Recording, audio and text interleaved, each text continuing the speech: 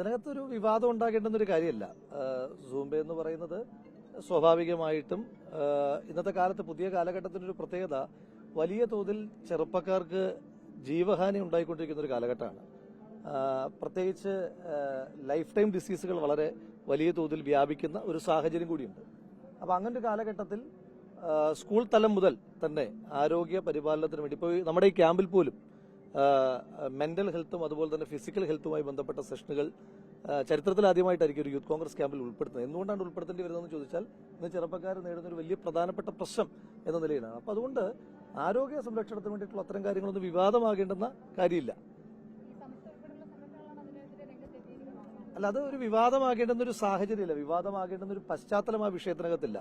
Zumba dance എന്ന് പറയുന്നത് നമ്മുടെ നാട്ടിലിപ്പോൾ സാർവത്രികമായ ആരോഗ്യ സംരക്ഷണവുമായി ബന്ധപ്പെട്ട് നടന്നുകൊണ്ടിരിക്കുന്ന ഒരു വ്യവസ്ഥിതിയാണ്. അപ്പൊ അതൊരു വിവാദമാകേണ്ട കാര്യം സത്യത്തിൽ ഇല്ല.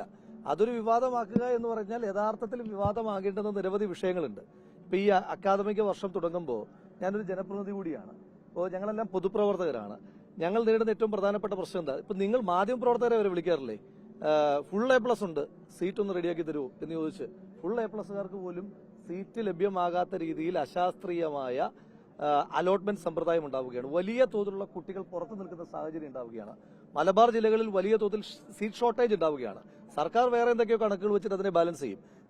ഒരു കുട്ടിയുടെ വീട്ടിൽ നിന്ന് 150 കിലോമീറ്റർ അപ്പുറമുള്ള ഒരു സ്കൂളിൽ സീറ്റ് വേക്കന്റ് ആണ് എന്ന് പറഞ്ഞിട്ട് പ്രത്യേകിച്ച് കാര്യമൊന്നുമില്ല. അപ്പൊ അതൊക്കെയാണ് യഥാർത്ഥത്തിൽ വിവാദമാകേണ്ടതും ചർച്ച ചെയ്യേണ്ടതുമായിട്ടുള്ള വിഷയം.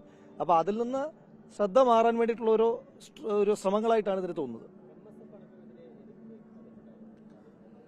എന്റെ ശ്രദ്ധയിൽ അത് പെട്ടിട്ടില്ല. അത് എതിർക്കപ്പെടേണ്ടതോ അങ്ങനെ വിമർശനാത്മകമാക്കേണ്ടതായ ഒരു കാര്യമില്ല എന്നാണ് യൂത്ത് കോൺഗ്രസിന്റെ അഭിപ്രായം. വേറെ ഏതെങ്കിലും സംഘടനയ്ക്ക് അവരുടെ ഒരു നിലപാടുണ്ടെങ്കിൽ അത് അവരുടെ സ്വതന്ത്രമായ നിലപാടാണ്, അത് അവരോട് ചോദിക്കേണ്ട കാര്യമാണ്. ഞങ്ങളുടെ നിലപാട് ഇതാണ്. ശരി, താങ്ക് യു.